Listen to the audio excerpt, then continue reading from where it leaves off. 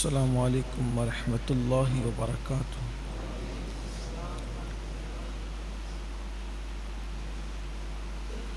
نحمدہ ونصلی ونسلم علی رسولہ الکریم، اما بعد فاعوذ باللہ من الشیطان الرجیم، بسم اللہ الرحمن الرحیم۔ وَيُقِيمُونَ الصَّلَاةَ وَمِمَّا رَزَقْنَاهُمْ يُنْفِقُونَ۔ صدق اللہ العظیم۔ غوث اعظم بمنِ بے سر و سامہ مددے، قبلہ دین مددے، کعبہ ایماں مددے، بگرداب بلا افتاد کشتی، مدد کن یا معین الدین چشتی۔ پڑھے الصلاۃ والسلام علیک یا رسول اللہ، الصلاۃ والسلام علیک یا نبی اللہ، الصلاۃ والسلام علیک یا حبیب اللہ، وعلی آلک و اصحابک یا نور اللہ، صلی اللہ تعالی علیہ وسلم۔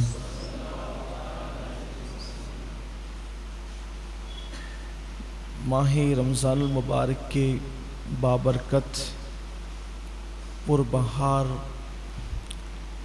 اور حسین لمحات میں ہم اور آپ اپنی زندگی کے شب و روز گزار رہے ہیں۔ اللہ تعالی ہم سب کی زندگی میں یہ دن بار بار نصیب فرمائیں۔ کتنے خوبصورت لمحات ہے، اسی لیے صحابہ کرام تمنا کرتے تھے کہ کاش پورے سال کو رمضان شریف ہی بنا دیا جائے، کیونکہ یہی برکت والے دن ہیں جس میں فرشتے انسانوں پر، مومنوں پر درود بھیجتے ہیں جب وہ سحری کھا رہے ہوتے، مغفرت کی دعائیں ہو رہی ہوتی ہیں، روزے داروں کی دعا پر فرشتے آمین کہہ رہے ہوتے ہیں۔ یہ بڑے برکت والے دن ہیں۔ اللہ ان مبارک دنوں کے صدقے پوری دنیا کے مسلمانوں کی مشکلوں کو آسان کرے، بلائیں دور فرمائیں، وبائیں دور فرمائیں۔ آج سورۃ البقرہ شریف کی ابتدائی آیتوں میں سے ایک آیہ کریمہ جس میں اللہ تعالیٰ نے مومن کی صفت بیان فرمائی، جو مومنین ہے اور کامیاب مومنین، ان کی صفت میں سے دو صفات قرآن کہتا ہے وَيُقِيمُونَ الصَّلَاةَ وَمِمَّا رَزَقْنَاهُمْ يُنْفِقُونَ، کہ وہ نماز کو قائم کرتے ہیں اور اللہ کی دی ہوئی روزی سے اللہ کی راہ میں خرچ کرتے ہیں۔ صرف اقامت صلاح کے حوالے سے دو جملے کہنا چاہتا ہوں۔ پورے قرآن میں کہیں بھی قرآن نے نماز پڑھنے کا حکم نہیں دیا، بلکہ نماز قائم کرنے کا حکم دیا۔ اقامت صلاح، نماز قائم کرنا۔ اس کے ضمن میں مفسرین نے دو باتیں لکھی ہے۔ نماز قائم کرنے کا مطلب یہ ہے کہ ایک وقت کی نماز بھی جان بوجھ کر نہ چھوٹے، پہلی بات۔ اور دوسری بات یہ ہے کہ جب تم نماز پڑھو تو اسلام نے جو ارکان بتائے ہیں اس کو ٹھیک ٹھیک ادا کرو۔ جیسے ہاتھ اٹھانے کا جو قانون ہے اس کے مطابق ہاتھ اٹھاؤ، ہاتھ باندھنے کا جو قانون ہے اس کے مطابق، رکوع کرنے کا جو قانون ہے اس کے مطابق، یعنی اس حدیث پر عمل کرو صلو کما رأیتمونی اصلی۔ اللہ کے حبیب علیہ السلام فرماتے ہیں نماز ایسے پڑھو جیسے مجھے نماز پڑھتے ہوئے دیکھتے ہو۔ اب آپ دیکھ لیں نماز کی حالت میں کسی کے ہاتھ یوں ہوتے ہیں، کسی کے ہاتھ یوں ہوتے ہیں، یعنی جس کی جو مرضی ہے وہ کرتا ہے۔ یہ اقامت صلاح کا قانون نہیں ہے، اپنی مرضی نہیں۔ نماز سیکھیے اور سیکھ کر پڑھیے۔ میں نے تفسیر قرآن میں پہلے ہی دن کہا تھا، جو روزانہ ہمارے ہاں ہوتی ہے تراویح کے بعد، کہ کم سے کم گھنٹہ 1.5 گھنٹہ نکال کر کسی اچھے عالم دین کے پاس یا کسی معلومات والے مبلغ کے پاس تھوڑا سا بیٹھ کر نماز سیکھ لیں، ظاہری ارکان کیا ہیں۔ تو اقامت صلاۃ کا پہلا مطلب، پہلا قول اس پر جان بوجھ کر بھی ایک وقت کی نماز نہ چھوڑی جائے۔ نمبر 2، تمام ارکان کو صحیح ادا کیا جائے۔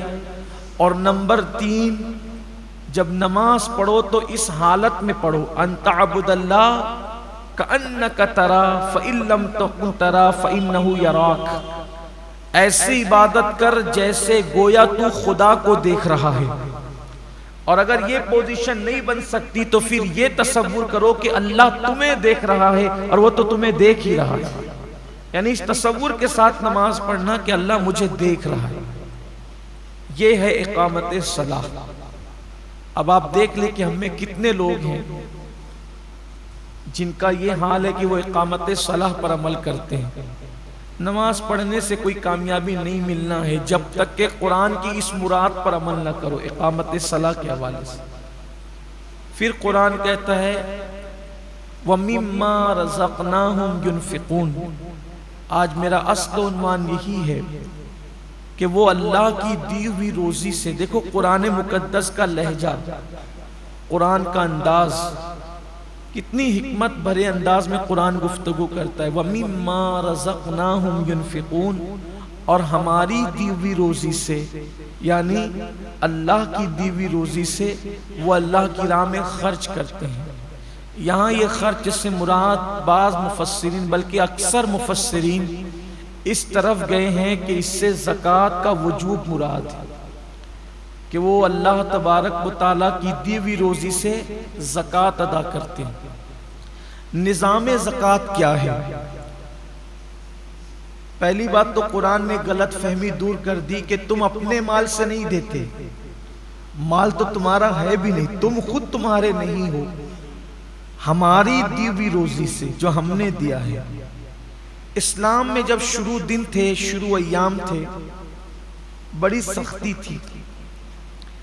دیکھیے حیرت بھی ہوتی اس پر، خوشگوار حیرت ہوتی کہ جن دنوں اسلام قبول کرنا کافروں کی طرف سے بھی سخت اذیتیں، مشکلیں، مصیبتیں، اسلام کا اظہار کرنے پر بھی مارا پیٹا جاتا تھا، اس وقت قوانین بھی سخت تھے۔ شروع دنوں میں، شروع دنوں کے قوانین یہ تھے کہ مسلمان جتنا کمائیں گے تو دن بھر میں اپنی ضرورت پہ وہ جتنا خرچ کر سکتے ہیں کر لیں، باقی جتنے پیسے بچیں گے ان کو بستر پہ جانے سے پہلے وہ سارے پیسے اللہ کی راہ میں تقسیم کر دینا ہے، یعنی وہ جمع نہیں کر سکتے تھے۔ اسی لیے جو شروع دن کے مسلمان ہیں ان کی بڑی اہمیت ہے، سابقون الاولون، ان کا ثواب بھی سب سے الگ ہے، بلکہ اور صحابہ بھی ثواب میں ان کے برابر نہیں ہے۔ جو بعد میں آئے وہ بھی صحابی ہے، جنہوں نے شروع میں کلمہ پڑھا وہ بھی صحابی ہے، جو فتح مکہ کے بعد آئے وہ بھی صحابی ہے، دونوں قابل احترام ہیں۔ لیکن یہ جو سابقون الاولون ہیں ان کا مٹھی بھر جو خیرات کرنا اور فتح مکہ کے بعد آنے والوں کا احد پہاڑ کے برابر سونا خیرات کرنا، دونوں برابر نہیں۔ اب آپ سوچ سکتے ہیں، ہے دونوں صحابی، ہے دونوں صحابی۔ اصل میں یہ حدیث جو آئی ہے نا کہ میرے صحابی کا مٹھی بھر جو خیرات کرنا اور تمہارا احد پہاڑ کے برابر سونا خیرات کرنا دونوں برابر، ہوا یہ تھا کہ ایک صاحب نے جو فتح مکہ کے بعد ایمان لائے تھے، انہوں نے کسی پہلے ایمان لانے والے صحابی کو کچھ کہہ دیا تھا، ان کا دل دکھ گیا تھا، تو اس پر یہ حدیث اللہ کے رسول علیہ السلام نے بیان فرمائی۔ یعنی صحابہ میں بھی درجے ہیں، ہمارے لیے تو وہ صحابی بھی قابل احترام ہے جس نے ایک جھلک حضور کو دیکھ لیا، بس ہم جو ہے وہ معاذ اللہ کوئی تقابل نہیں کر رہے ہیں، صرف بتا رہے ہیں کہ پہلے دن ایمان لانے والوں کی سابقون الاول، اسی لیے وہ جنت میں بھی پہلے جائیں گے، وہ جنت میں بھی پہلے جائیں گے، اور ان کی بہت بڑی شان ہے جو پہلے. اس کی وجہ یہ ہے، ایک تو کافروں کی تکلیفیں انہوں نے جھیلی، پھر اسلام کے نام پہ اس وقت خرچہ کیا کہ جب اسلام کا نام لینے کے لیے وہ لوگ ڈرتے تھے.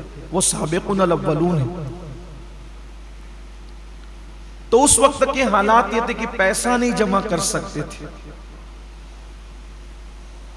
جتنا خرچ کر دیا دن بھر میں خرچ کر دیا، بستر پہ جانے سے پہلے سب آپ کو تقسیم کر دینا ہے، جمع نہیں کر سکتے تھے.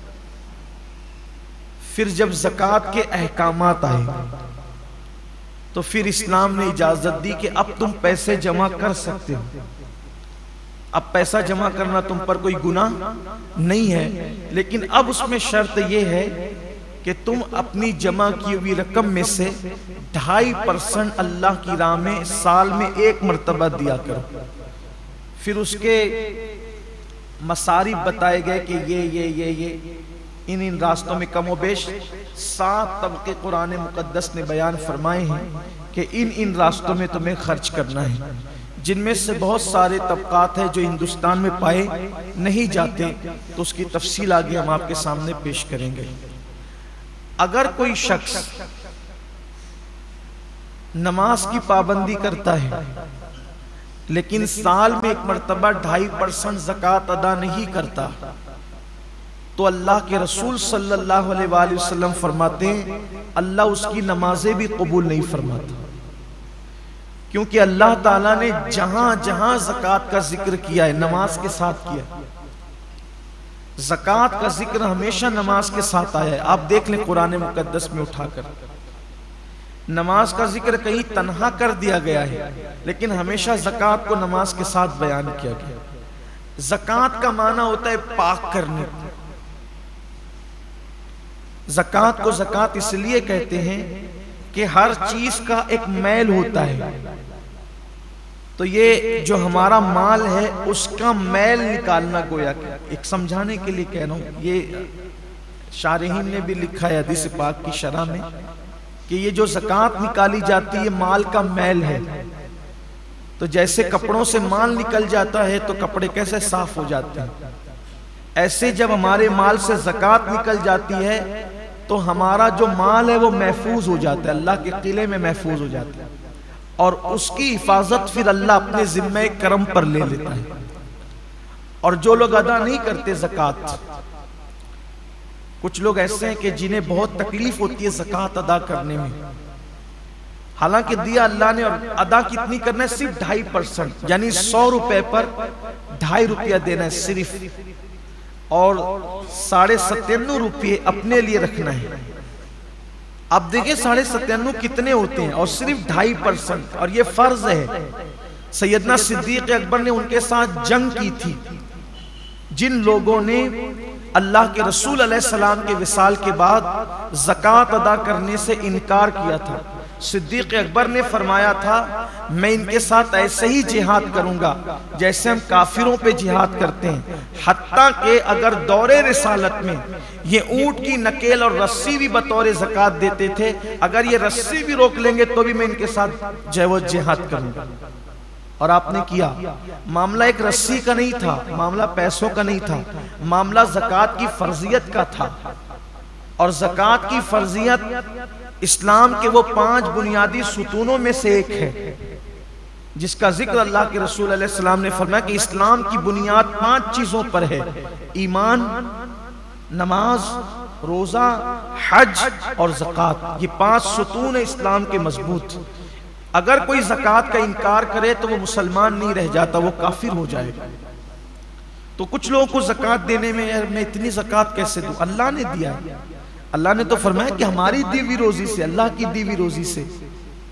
ایک حدیث پاک میں اللہ کے حبیب علیہ السلام کا فرمان ہے قیامت کے دن لوگ دیکھیں گے کہ بہت بڑا اژدہا ہے جس کی آنکھوں سے آگ نکل رہی ہے اور جس کے دانت لوہے کے ہیں، لوہے کے دانت ہیں اس کے، اور آگ اس کی آنکھوں سے نکل رہی ہے. وہ ڈھونڈے گا تو دیکھے گا کہ ایک بندہ جو زکوٰۃ نہیں دیتا تھا وہ اس سے مخاطب ہو کے کہے گا تیرا دایاں ہاتھ میری طرف کر تاکہ میں تیرا ہاتھ کھا جاؤں۔ آقا کریم صلی اللہ علیہ وآلہ وسلم کے فرمان کا مفہوم ہے کہ پھر وہ اس کا دایاں ہاتھ چبائے گا اور دایاں ہاتھ چبا کر کے کھا لے گا، پھر بائیں ہاتھ کی طرف بڑھے گا۔ جب بایاں ہاتھ چبا کر کھائے گا تو پھر دایاں ہاتھ اس کا دوبارہ واپس آ جائے گا، پھر بایاں ہاتھ کھا چکا رہے گا تو دایاں ہاتھ کھائے گا تو بایاں واپس آ جائے گا۔ اور جس وقت وہ اژدہا جس کی آنکھوں سے آگ نکل رہی ہوگی اور دانت اس کے لوہے کی ہوں گے، وہ بھی جہنم کے بنے ہوئے لوہے کے، تو وہ جب چبا رہا ہوگا تو اس کی چیخ ایسی نکلے گی کہ اس کی چیخ نکلنے سے پورا میدان محشر کانپ جائے گا۔ آپ سوچیں وہ چیخ کیسی ہوگی کہ پورا میدان محشر کانپ جائے گا۔ تو پوچھا جائے گا یہ کس کی چیخ ہے؟ تو ارشاد ہوگا کہ یہ اس کی چیخ ہے کہ جو دنیا میں زکوٰۃ ادا نہیں کرتا۔ میدان محشر کوئی چھوٹا موٹا تو نہیں ہوگا، ہمارے کھیل کے گراؤنڈ کی طرح یا ہندوستان کے میدانوں کی طرح تو نہیں ہوگا۔ میدان محشر اولین اور آخرین سب جمع ہوگے، اس کی چیخ کتنی بلند ہوگی اس دن کہ پورا میدان محشر کانپ جائے گا، کتنی دردناک چیخ ہوگی زکوٰۃ نہیں دینے والوں کا۔ اچھا یہ کسی مولوی کی ڈرانے کی باتیں نہیں، نہ کسی سیاسی لیڈر کا قول ہے، یہ صادق الوعد الامین کا فرمان ہے جس نے اپنی زندگی میں کبھی اپنی مرضی سے کلام ہی نہیں کیا، زبان ان کی ہے، کلام خداوند قدوس کا ہے۔ تو جو وہ شخص جس کا وہ ہاتھ چبا کر کے کھا رہا ہوگا وہ اژدہے سے پوچھے گا تو کون ہے؟ تو کہے گا کہ میں تیرا مال ہوں، تو مجھ سے محبت کرتا تھا لیکن میں تجھ سے محبت نہیں کرتا، بچا بچا کے رکھتا تھا۔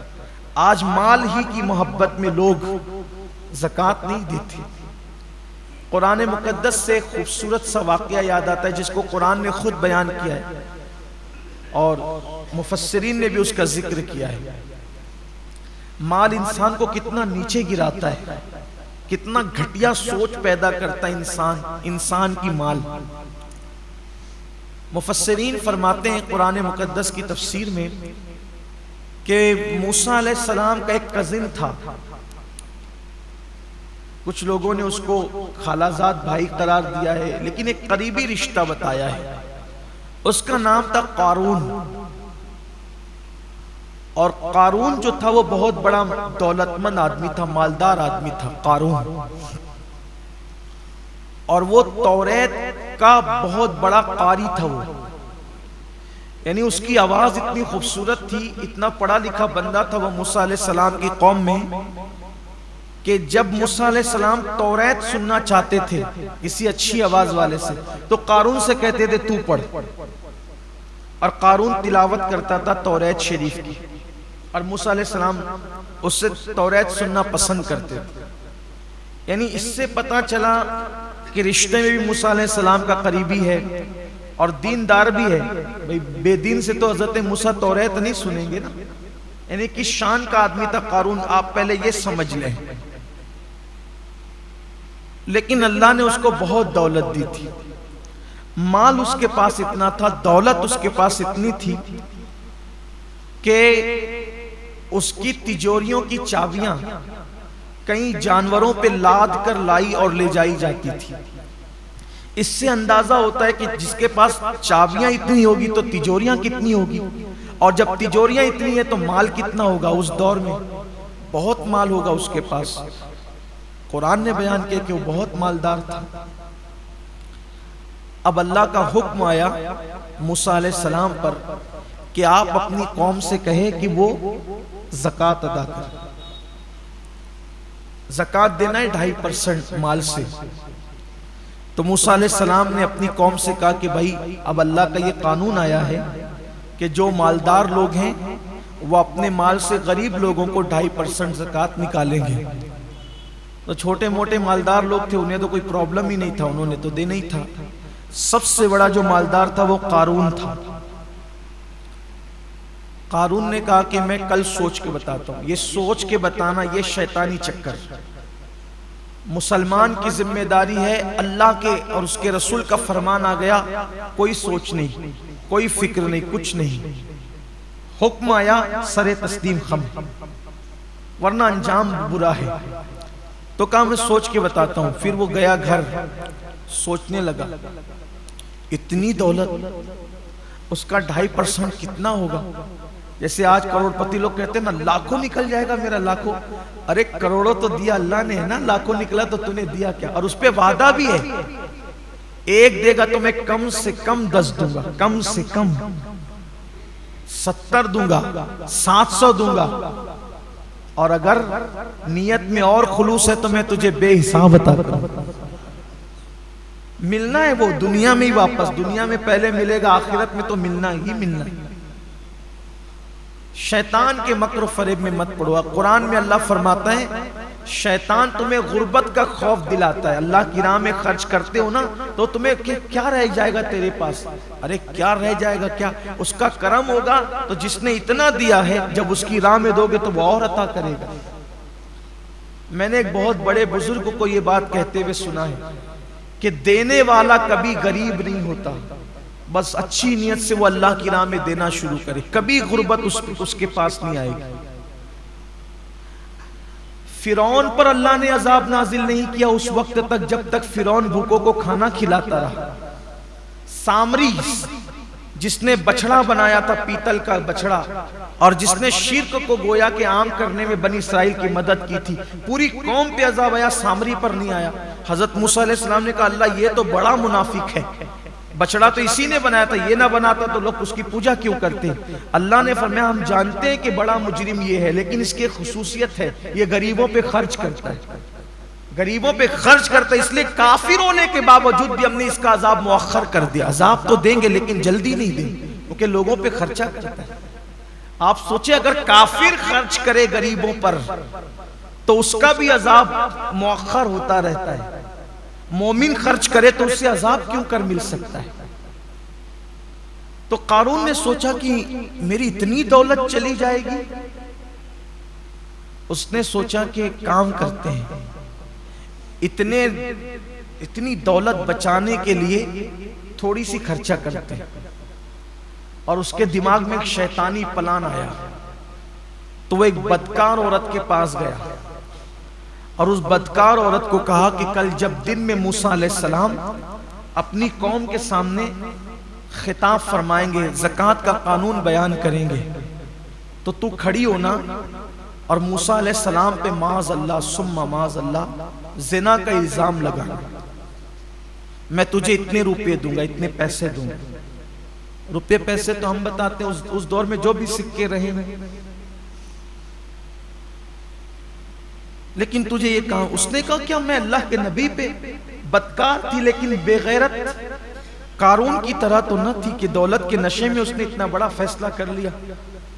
اس نے کہا موسیٰ علیہ السلام پہ میں کہا کہ میں جتنا کہتا ہوں کر، تجھے منہ مانگی قیمت دوں گا۔ پھر دولت کے ایک مرتبہ 2.5% زکوٰۃ ادا نہیں کرتا تو اللہ کے رسول صلی اللہ علیہ وآلہ وسلم فرماتے ہیں اللہ اس کی نمازیں بھی قبول نہیں فرماتا، کیونکہ اللہ تعالیٰ نے جہاں جہاں زکوٰۃ کا ذکر کیا ہے نماز کے ساتھ کیا ہے۔ زکوٰۃ کا ذکر ہمیشہ نماز کے ساتھ آیا ہے، آپ دیکھ لیں قرآن مقدس میں اٹھا کر، نماز کا ذکر کہیں تنہا کر دیا گیا ہے لیکن ہمیشہ زکوٰۃ کو نماز کے ساتھ بیان کیا گیا۔ زکوٰۃ کا معنی ہوتا ہے پاک کرنے۔ زکوٰۃ کو زکوٰۃ اس لیے کہتے ہیں کہ ہر چیز کا ایک میل ہوتا ہے، تو یہ جو ہمارا مال ہے اس کا میل نکالنا، گویا کہ ایک سمجھانے کے لیے کہہ رہا ہوں، یہ شارحین نے بھی لکھا ہے حدیث پاک کی شرح میں کہ یہ جو زکوٰۃ نکالی جاتی ہے مال کا میل ہے، تو جیسے کپڑوں سے مال نکل جاتا ہے تو کپڑے کیسے صاف ہو جاتے ہیں، ایسے جب ہمارے مال سے زکوٰۃ نکل جاتی ہے تو ہمارا جو مال ہے وہ محفوظ ہو جاتا ہے، اللہ کے قلعے میں محفوظ ہو جاتا ہے، اور اس کی حفاظت پھر اللہ اپنے ذمہ کرم پر لے لیتا ہے۔ اور جو لوگ ادا نہیں کرتے زکوٰۃ، کچھ لوگ ایسے ہیں کہ جنہیں بہت تکلیف ہوتی ہے زکوٰۃ ادا کرنے میں، حالانکہ دیا اللہ نے، اور ادا کتنی کرنا ہے؟ صرف 2.5%، یعنی 100 روپے پر 2.5 روپیہ دینا ہے صرف، اور 97.5 روپے اپنے لیے رکھنا ہے۔ اب دیکھیں 97.5 کتنے ہوتے ہیں، اور صرف 2.5%، اور یہ فرض ہے۔ سیدنا صدیق اکبر نے ان کے ساتھ جنگ کی تھی، جن لوگوں نے اللہ کے رسول علیہ السلام کے وصال کے بعد زکوٰۃ ادا کرنے سے انکار کیا تھا۔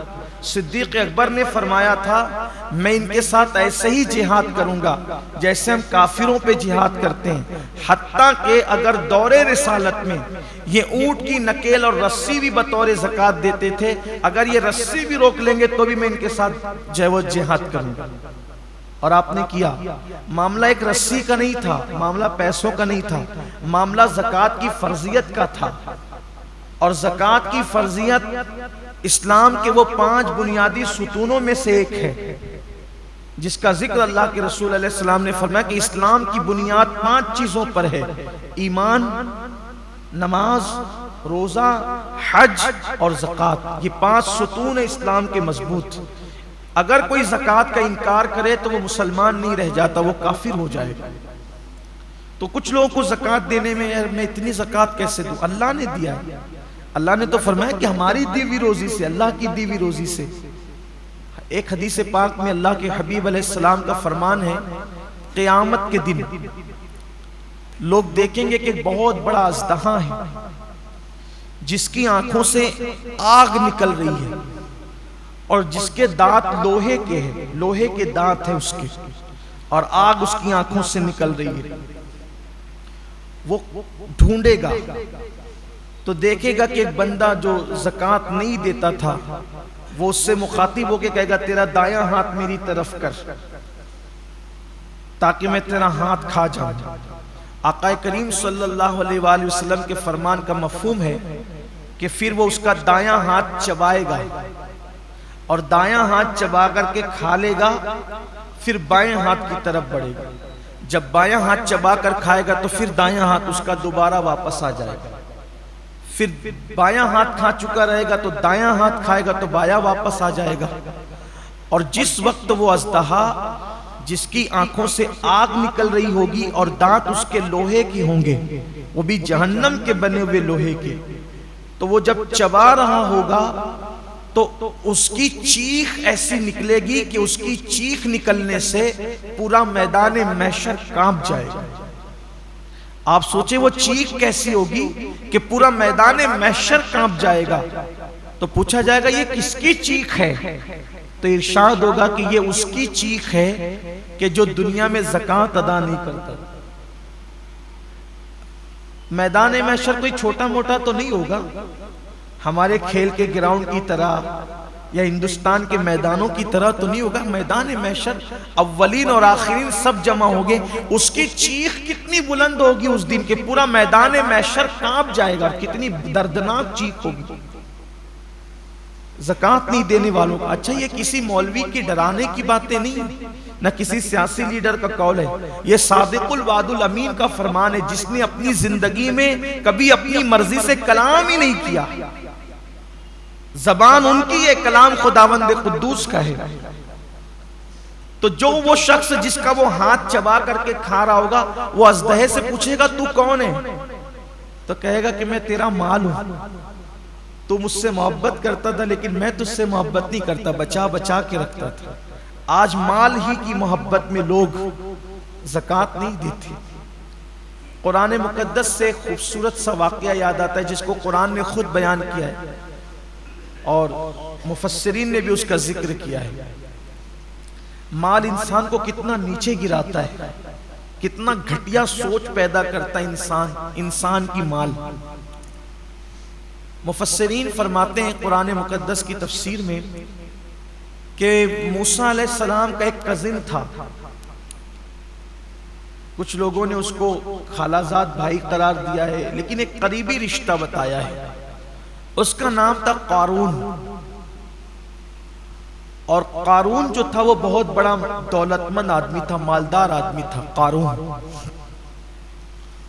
اور وہ توریت کا بہت بڑا قاری تھا وہ، یعنی اس کی آواز اتنی خوبصورت تھی، اتنا پڑھا لکھا بندہ تھا وہ موسیٰ علیہ السلام کی قوم میں، کہ جب موسیٰ علیہ السلام توریت سننا چاہتے تھے کسی اچھی آواز والے سے تو قارون سے کہتے تھے تو پڑھ، اور قارون تلاوت کرتا تھا توریت شریف کی، اور موسیٰ علیہ السلام اس سے توریت سننا پسند کرتے تھے۔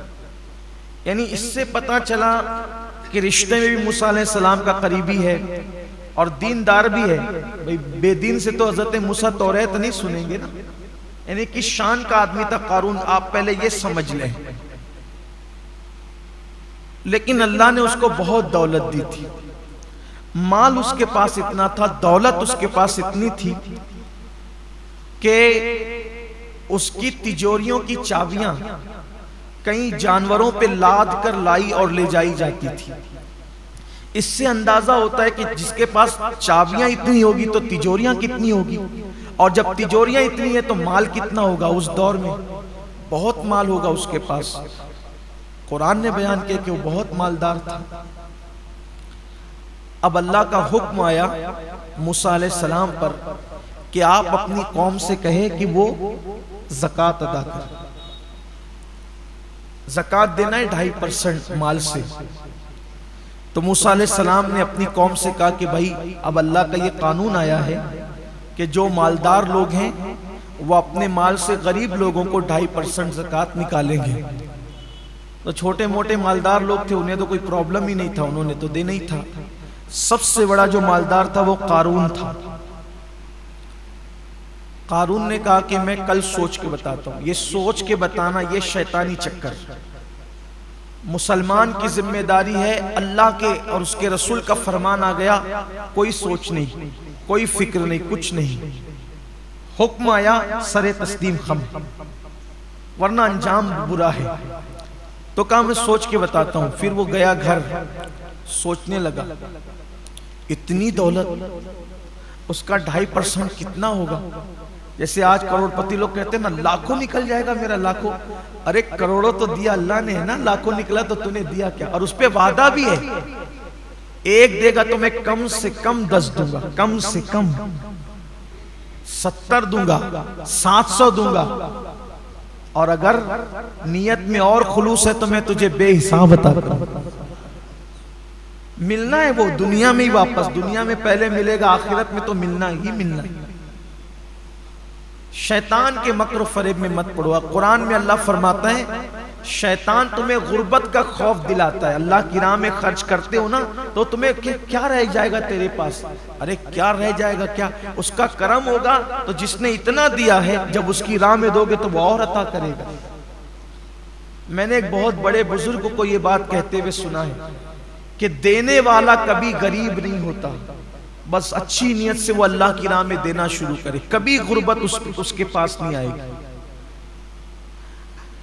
فرعون پر اللہ نے عذاب نازل نہیں کیا اس وقت تک جب تک فرعون بھوکوں کو کھانا کھلاتا رہا۔ سامری جس نے بچڑا بنایا تھا، پیتل کا بچڑا، اور جس نے شرک کو گویا کہ عام کرنے میں بنی اسرائیل کی مدد کی تھی، پوری قوم پہ عذاب آیا، سامری پر نہیں آیا۔ حضرت موسیٰ علیہ السلام نے کہا اللہ یہ تو بڑا منافق ہے، بچڑا تو اسی نے بنایا تھا، یہ نہ بناتا تو لوگ اس کی پوجا کیوں کرتے؟ اللہ نے فرمایا ہم جانتے ہیں کہ بڑا مجرم یہ ہے، لیکن اس کی خصوصیت ہے یہ غریبوں پہ خرچ کرتا ہے، غریبوں پہ خرچ کرتا ہے، اس لیے کافر ہونے کے باوجود بھی ہم نے اس کا عذاب مؤخر کر دیا۔ عذاب تو دیں گے لیکن جلدی نہیں دیں گے کیونکہ لوگوں پہ خرچہ کرتا ہے۔ آپ سوچیں اگر کافر خرچ کرے غریبوں پر تو اس کا بھی عذاب مؤخر ہوتا رہتا ہے، مومن خرچ کرے تو اس سے عذاب کیوں کر مل سکتا ہے؟ تو قارون نے سوچا کہ میری اتنی دولت چلی جائے گی۔ اس نے سوچا کہ کام کرتے ہیں، اتنی دولت بچانے کے لیے تھوڑی سی خرچہ کرتے ہیں۔ اور اس کے دماغ میں ایک شیطانی پلان آیا، تو وہ ایک بدکار عورت کے پاس گیا اور اس بدکار عورت کو کہا کہ کل جب دن میں موسیٰ علیہ السلام اپنی قوم کے سامنے خطاب فرمائیں گے، زکوٰۃ کا قانون بیان کریں گے، تو تو کھڑی ہونا اور موسیٰ علیہ السلام پہ معاذ اللہ ثم معاذ اللہ زنا کا الزام لگا، میں تجھے اتنے روپے دوں گا، اتنے پیسے دوں گا۔ روپے پیسے تو ہم بتاتے ہیں اس دور میں جو بھی سکے رہے ہیں، لیکن تجھے یہ کہا، اس نے کہا کیا میں اللہ کے نبی پہ بدکار تھی لیکن بے غیرت قارون کی طرح تو نہ تھی کہ دولت کے نشے میں اس نے اتنا بڑا فیصلہ کر لیا؟ اس نے کہا موسیٰ علیہ السلام پہ میں کہا کہ میں جتنا کہتا ہوں کر، تجھے منہ مانگی قیمت دوں گا۔ پھر دولت کی بات آئی تو وہ بھی جسم فروشی کے ساتھ ساتھ اس نے ضمیر بھی فروش کر دی۔ جب صبح ہوئی موسیٰ علیہ السلام کی محفل پھر سجی، اس سے پہلے کہ زکوٰۃ کا عنوان نکلتا قارون کھڑا ہو گیا۔ ایک مسئلہ پوچھنا ہے، اگر کوئی زنا کرے شادی شدہ اس پہ کیا سزا ہوگی؟ موسیٰ علیہ السلام نے فرمایا کہ اس کو سنگسار کیا جائے، پتھر سے مار مار کر اس کو مار ڈالا جائے۔ اسلامی حکومت میں یہی سزا ہے، اگر اسلامی حکومت ہو تو یہی سزا ہے۔ اس کے بڑے قوانین ہیں، لیکن آسانی سے زنا ثابت نہیں ہو سکتا کسی کا، بڑے قوانین ہیں، اس کا ذکر میں یہاں نہیں کرتا، اور نہ وقت بھی ختم ہونے کے قریب، اصل عنوان سے ہم ہٹیں گے۔ اس کو سنگسار کیا جائے گا پتھر مار مار کے، یہاں تک کہ وہ مر جائے۔ کہ یہ قانون صرف عوام کے لیے یا آپ کے لیے بھی؟ اللہ کے پیغمبر نے کہا یہ اللہ کا قانون سب کے لیے۔ تو کہا یہ کیا کہتی ہے؟ آپ نے فرمایا کون کیا کہتی ہے؟ وہ کھڑی ہو گئی۔ کہا یہ کہتی ہے کہ معاذ اللہ اس عورت کے ساتھ آپ نے زنا کیا ہے۔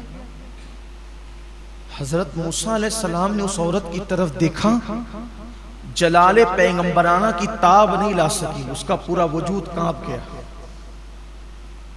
اور کانپ گیا تو اس نے کہا اللہ کے نبی میں ایسی بات نہیں کہتی، اس نے مجھے منہ مانگی قیمت دینے پہ، آپ پہ الزام لگانے پہ مجبور کیا، بس اس لیے کہ اس کی زکوٰۃ کی رقم بچ جائے، اس نے یہ کھیل کھیلا ہے۔ حضرت موسیٰ تو جلالی تھے، جب جلال میں آتے تھے آپ کے بال جسم کے کپڑوں کے باہر نکل جاتے تھے۔ آپ کے بال اللہ نے قدرتی طور پہ اتنے بڑے دیے تھے کہ جب جلال میں آتے تھے تو آستین اور کپڑوں کے بال کھڑے ہو کر باہر نکل جاتے تھے، اور امامے سے شعلے اٹھتے ہوئے نظر آتے تھے، بڑے جلالی پیغمبر تھے۔ تو حالت جلال میں تو آپ نے اس کی طرف دیکھا تو اس نے تو کہا کہ آپ پہ الزام لگانے کے لیے اس نے مجھے تیار کیا ہے۔ آپ نے آسمان کی طرف اسی حالت میں آنکھ اٹھائی، کہا جو تیرے معصوم پر اس طرح کا الزام لگائے صرف زکوٰۃ بچانے کے لیے، اب اس کا کیا انجام ہوگا؟ عذرائے ادب کوئی سزا تجویز نہیں کی، اللہ سے کہا اب اس کا کیا انجام ہوگا؟ اللہ نے کہا یہ تیرا مجرم ہے، تو خود سزا مقرر کرے گا کہ انجام کیا ہوگا۔ حضرت موسیٰ علیہ السلام نے کہا یہ زمین دھسا اس کو اپنے اندر، زمین اس کو اپنے اندر دھسا لے۔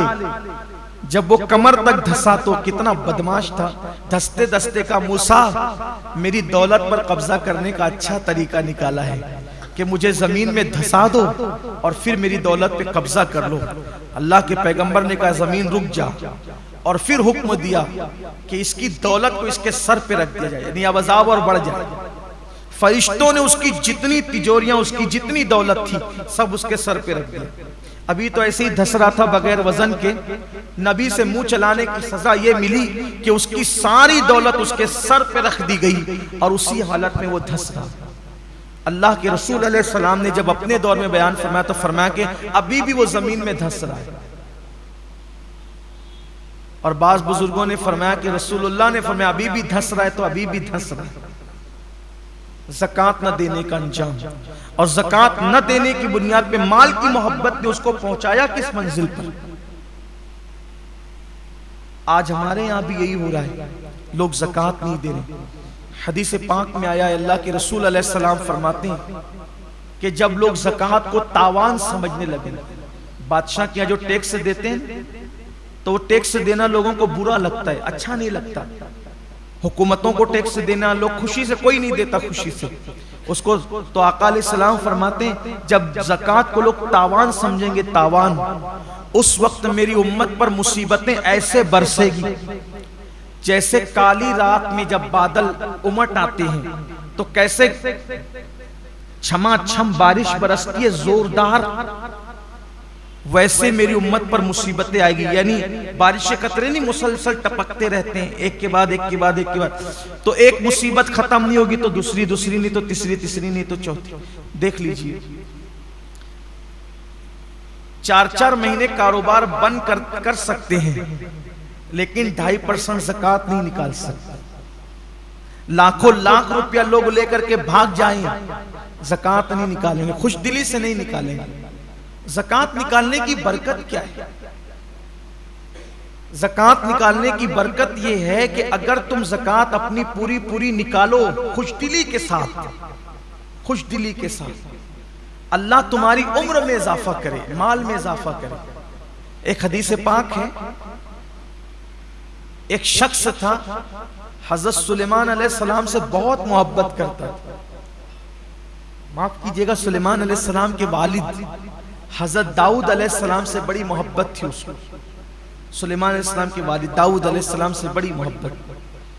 تو داؤد علیہ السلام سے محبت کا اس کا عالم یہ تھا کہ جس دن وہ داؤد علیہ السلام کو دیکھ نہیں لیتا اس کو چین نہیں ملتا تھا، تو وہ ہر دن آتا تھا سلام کرنے کے لیے. یعنی اس کا معمول تھا کہ وہ دن میں آئے گا، نہیں آ سکے گا تو سونے سے پہلے 1 مرتبہ وہ داؤد علیہ السلام کی بارگاہ میں سلام کے لیے ضرور حاضر ہوگا.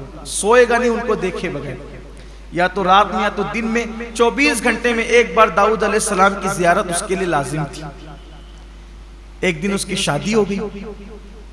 اب شادی کا دن تھا تو ہر دن آتا تھا سلام کرنے کے لیے، شادی کے دن تو آنا ہی تھا. تو اس نے روزانہ کے معمول کی طرح شادی کی مصروفیات کے بعد بھی وقت نکال کے حضرت داؤد علیہ السلام کی بارگاہ میں آیا، شادی کا سلام کر، دولہا بن گیا تو شادی کا سلام کرنے کے لیے آیا. حسن اتفاق کہ جس دن وہ دولہا سلام کرنے کے لیے آیا اسی وقت حضرت داؤد علیہ السلام کی بارگاہ میں حضرت ملک الموت، موت کا فرشتہ جناب اسرائیل علیہ السلام وہ بھی تشریف لائے ہوئے تھے. تو داؤد علیہ السلام بھی اس سے پیار کرتے تھے، جب وہ محبت کرتا تھا تو آپ بھی اس سے محبت کرتے تھے. بہت پرتپاک انداز سے ملے اور اس کو رخصت کیا. تو حضرت اسرائیل نے، ملک الموت نے پوچھا یہ کون ہے؟ کہ یہ میرا بڑا پیارا ہے اور مجھ سے محبت کرتا ہے، میں بھی اس سے محبت کرتا ہوں. اتنا محبت کا معاملہ اس کا کہ جب تک سلام کر نہیں لیتا جب تک سوتا نہیں ہے. اس کا معمول یہ ہے. اور آج اس کی شادی ہوئی ہے. تو کہا داؤد اس کی زندگی کے صرف 6 دن باقی رہ گئے. اس سال میں جن لوگوں کی روح قبض کرنے کا مجھے حکم ملا ہے اس میں سے ایک یہ بھی ہے، بس 6 دن کے بعد مجھے اس کے گھر جانا ہے. کیونکہ حضرت ملک الموت ایک دن میں 360 مرتبہ ساری لوگوں کے چہرے دیکھتے ہیں. ایک دن میں 360 بار سب کو دیکھتے ہیں. اس کا وقت، یہ نام اس کا ہے میری فہرست میں، اس کا نام ہے میرے. ایک دن میں 360 بار موت ہمیں دیکھتی ہے. اور ایک جملہ یاد رکھنا، یہ حضور غوث پاک کا قول ہے، موت سے پہلے نہیں مرو گے کیونکہ موت انسان کی زندگی کی حفاظت کرتی ہے. موت انسان کی زندگی کو بچاتی ہے، موت انسان کی زندگی کو محفوظ رکھتی ہے. کیوں؟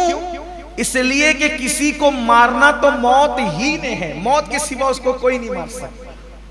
تو جب موت ہی نہ آئے گی تو آئے گا کون؟ بات یہ ہے، مارنا کس نے ہے؟ موت. اور وہ بھی اپنی مرضی سے نہیں، اللہ کے حکم سے. موت سے بے فکر ہو جاؤ. اور الحمدللہ مسلمان کتنا بھی گنہگار ہے لیکن کہیں نہ کہیں موت سے بے فکری ہے. کیونکہ اوروں کو خوف یہ ہے کہ مریں گے تو کہاں جائیں گے، اور ہمیں اطمینان ہے مریں گے تو جنت میں جائیں گے. اوروں کو مرنے کے بعد کوئی ٹھکانہ نہیں ہے، اسی لیے وہ گھبرائے ہوئے ہیں، بڑا ہنگامہ ہاہاکار مچا کہ مریں گے تو کہاں جائیں گے. ہمیں اطمینان ہے. اور ہمیں تو اور ہی زیادہ، ہم ولیوں کے ماننے والے صوفیہ ہمیں تو زیادہ اطمینان ہے، عاشقان رسول کو زیادہ اطمینان ہے. کیوں؟ حق تعالی بھی کریم اور محمد بھی کریم. اور فارسی میں کہا گیا ہے صد شکر ہستے میانے دو کریم. میں اللہ کا شکر ادا کرتا ہوں کہ میں 2 کریموں کے درمیان ہوں. میں نے مر کے جانا کہاں ہے؟ 2 کریموں کے درمیان جانا ہے. 2 کریموں کے درمیان جانا ہے. حق تعالی بھی کریم اور محمد بھی کریم. اور کیسے کریم ہے، ماؤں کی محبتیں گھٹنے جہاں ٹیک دیتی ہے اس سے آگے اور کروڑوں درجہ آگے اللہ اپنے بندوں سے محبت کرتا ہے، پیار کرتا ہے، اور مومن کی قبر تو جنت کے باغوں میں سے باغ ہے۔ اس لیے موت سے بے فکر ہو جاؤ، لیکن بے فکر ہونے کا مطلب یہ نہیں کہ احتیاط ختم کر دو، یہ نہیں، احتیاط بھی باقی رکھو اور موت کا ٹینشن چھوڑ، جب آنا ہے تب آئے گی، اس سے پہلے کبھی نہیں آئے گی۔ موت ہی زندگی کی محافظ ہے۔ ایک دن میں 360 بار چہرہ دیکھتے ہیں حضرت ملک الموت، تیرا وقت آیا کہ نہیں؟ تو حضرت داؤد علیہ السلام سے کہا کہ 6 دن کے بعد جانا ہے اس کے گھر، اس حکم ہے اللہ کا روح نکالنے کے لیے۔ بڑا افسوس ہوا، لیکن کہہ کیا سکتے، کرنا کیا تھا، اللہ کا حکم ہے، ٹھیک ہے کوئی بات نہیں۔ پھر وہ شخص آتا جاتا رہا، ان 6 دن میں حضرت داؤد اس کو بڑی حسرت سے دیکھتے، 6 دن کا دولہا چلا جائے گا، ایسے ہی نہ کہیں دلہن کے ہاتھ کی مہندی بھی نہ مٹے گی اور اس کا سہاگ اجڑ جائے گا۔ لیکن 6 دن بھی چلے گئے، حتیٰ کہ 7 مہینے بیت گئے۔ 6 دن تو گئے، وہ انتقال نہیں ہوا، مرا نہیں، 7 مہینے بیت گئے۔ اس درمیان میں حضرت ملک الموت آئے نہیں، 7 مہینے کے بعد آئے۔ 7 مہینے کے بعد آئے تو انہوں نے پہلا سوال یہی کیا، آپ تو کہہ رہے تھے 6 دن میں مرے گا، 7 مہینے ہو گئے نہیں مرا ابھی تک۔ کہاں، ظاہر سی بات ہے اللہ کا معصوم فرشتہ جھوٹ کب بول سکتا، فرشتوں میں رسول ہے، وہ فرشتوں میں رسول ہے، حضرت جبریل، حضرت میکائیل، حضرت اسرائیل، حضرت اسرافیل، یہ لوگ رسول فرشتے ہیں، بہت شان والے لوگ ہیں، یہ معمولی لوگ نہیں ہیں، ان کی بڑی عظمت اور بزرگی ہے، معصوم ہیں وہ لوگ، معصوموں میں معصوم ہیں، فرشتوں میں فرشتے ہیں، فرشتے بھی ان کا احترام کرتے ہیں۔ تو کہا میں نے جو کہا وہ تو سچ ہی تھا۔ کہا پھر ہوا کیا مجھے بتا۔ کہا حضرت جب وہ آپ کے گھر سے نکلا تو اس کے دل میں خیال آیا کہ آج میری شادی ہو گئی ہے، شادی تو ہو گئی، لیکن میں نے زکوٰۃ جو دینی تھی اس میں سے کچھ باقی رہ گئی تھی، زکوٰۃ میری زکوٰۃ جو دینی تھی وہ کچھ باقی رہ گئی۔ تو رستے میں اس کو ایک غریب ملا، تو بقیہ اس زکوٰۃ کی رقم اس نے اس غریب کی جھولی میں ڈالی۔ اس کے 6 دن بچے تھے، شادی کے دن سلام کرنے آیا تھا، زکوٰۃ باقی تھی، شادی کا دن تھا، شادی کی خوشی میں سوچا بھئی زکوٰۃ سے بھی سبکدوش ہو جاؤں، ذمہ داری سے سبکدوش ہو جاؤں، تو جتنی زکوٰۃ کی رقم بچی تھی وہ غریب کی جھولی میں ڈالا۔ آگے بڑھ رہا تھا، غریب نے کہا اللہ تیری عمر بڑھا دے، اس غریب نے کہا اللہ تیری عمر بڑھا دے۔ کہا کہ اے اللہ کے نبی داؤد، اس کی 6 دن کی عمر اللہ نے اس غریب کی دعا کی برکت سے جس کی جھولی میں زکوٰۃ پڑی، اللہ نے 6 دن کو 60 سال کر دیا، اور 60 سال کرنے کے بعد مزید خوش ہو کے کہا یہ تو وہ 6 دن کی 60 دعا کی وجہ سے کی، 10 میری طرف سے اور بڑھاتا ہوں، اس طرح اس کی عمر 70 سال کرتا۔ یہ زکوٰۃ کی برکت ہے، جن کی جھولیوں میں ڈالتے ہو نا، یہ کوئی معمولی، آپ کروڑوں روپیہ خرچ کر کے 1 سیکنڈ نہیں بڑھا سکتے، ڈاکٹروں کو لاکھوں روپیہ دے کر کے ڈاکٹر کی اوقات نہیں کہ وہ 1 سیکنڈ بڑھا دے، لیکن غریب کی جھولی میں ڈالتے ہو، اس کی دعائیں کسی کی 6 دن کی زندگی 60 سال کر دیتی، اور اللہ پھر مزید اس پہ کرم فرما کر کے 10 اور بڑھا کے 70 سال۔ اور یہ بھی حدیث پاک میں آتا ہے، بعض ایسے بھی ہیں کہ جن کی 3 دن کی زندگی 30 سال کر دی گئی، اور گناہ کرنے کی وجہ سے اللہ رب العزت کے غریب بندوں کا حق مارنے کی وجہ سے 30 سال کی زندگی 3 سال میں سمٹ دی گئی۔ اس لیے آئیے زکوٰۃ دیجیے۔ ایک آخری حدیث پاک پیش کر دیتا ہوں، بہت خوبصورت ہے، مجھے بہت پسند آئی یہ حدیث، تو میں نے چاہا کہ میں اس کو آپ کے سامنے پڑھوں۔ جب خوشی کے ساتھ کوئی زکوٰۃ نکالتا ہے، توجہ سے سننا، آپ کو بڑی مسرت ہوگی، یہ اللہ کے رسول کا فرمان ہے۔